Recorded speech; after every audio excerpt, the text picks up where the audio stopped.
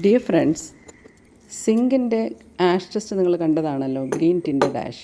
അലുമിനിയത്തിൻ്റെ salt എൻ്റെ കൈവശമില്ലാത്തതുകൊണ്ട് ഞാൻ പാഴ്സൽ പേപ്പറിൻ്റെ അലുമിനിയം ഫോയിൽ കട്ട് ചെയ്തെടുത്തിട്ട് ആഷ് ടെസ്റ്റ് ചെയ്യാൻ തീരുമാനിച്ചു.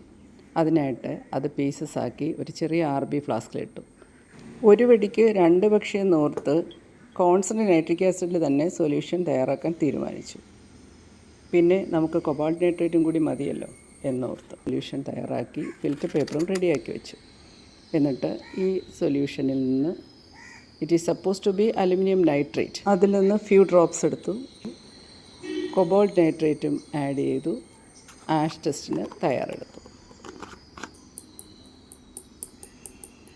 ഫിൽറ്റർ പേപ്പർ ഈ സൊല്യൂഷനിൽ മിക്സ് ചെയ്തിട്ട് കത്തിച്ചെടുത്തു. ഒരു ഫലവും ഉണ്ടായില്ല.